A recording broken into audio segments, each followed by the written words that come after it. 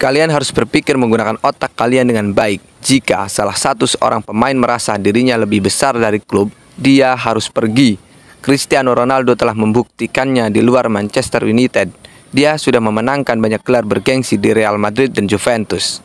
Begitu kira-kira kalimat dari Sir Alex Ferguson, mantan manajer MU yang telah banyak mempersembahkan gelar untuk klub tersebut, ketika mengomentari wawancara Cristiano Ronaldo yang kontroversial baru-baru ini tentang Manchester United. Apakah sahabat Obonatomania tahu kapan terakhir kali Manchester United menjuarai Liga Champions? Ya, benar sekali, pada tahun 2008. Saat itu, ketika Ronaldo bermain bersama MU. Setelah Ronaldo keluar, apa yang terjadi? MU tidak pernah lagi menjuarainya. Ronaldo juga salah satu pemain yang bermain di Liga Inggris yang memenangkan penghargaan Ballon d'Or untuk terakhir kalinya. Seperti yang sudah diketahui, Cristiano Ronaldo beberapa hari terakhir menjadi topik pembicaraan yang panas.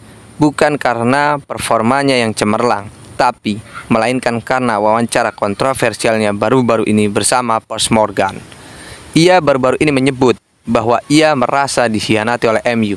Ia bahkan sampai mengatakan bahwa ia tidak menghormati manajernya, Erik ten Hag, dan ia banyak menyerang elemen-elemen klub.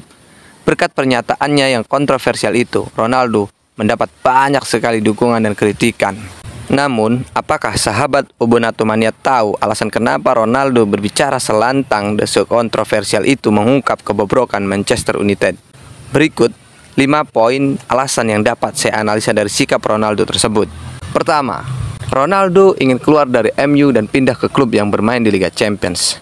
Ini adalah fakta pertama yang tidak bisa dibantahkan, karena Ronaldo ingin terus menambah jumlah gol dan rekor di Liga Champions.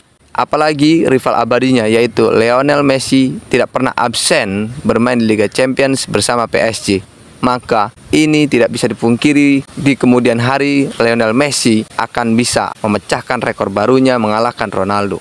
Kedua, standar MU yang sudah menurun sejak Sir Alex Ferguson pergi. Tidak bisa dipungkiri, sejak legenda tersebut pergi, target MU hanya mengincar posisi 4 besar di Premier League, bukan juara Premier League. Hal itu dibuktikan dengan musim lalu yang finish di posisi 6 klasemen Premier League. Ketiga, kurangnya ambisi MU dalam pembelian pemain. Kita lihat sejauh ini, MU baru membeli 3 pemain, yaitu Malacia, Eriksen, dan Martinez. Tentu saja ketiga pemain tersebut jauh dari kata pemain kelas dunia yang bisa mengangkat MU ke papan atas Premier League.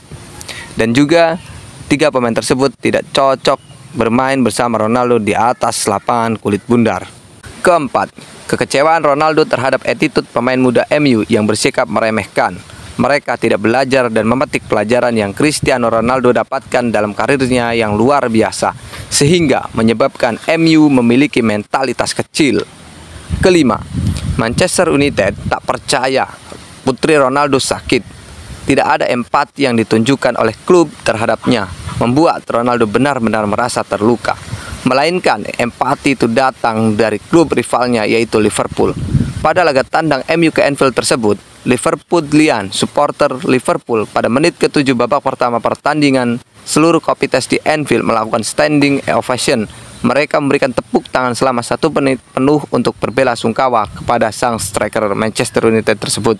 Mungkin berdasarkan alasan-alasan tersebut, Cristiano Ronaldo sangat ingin sekali hengkang dari klub tersebut. Dan ini sejalan dengan apa yang dikatakan oleh Lord Sir Alex Ferguson di awal pembahasan ini.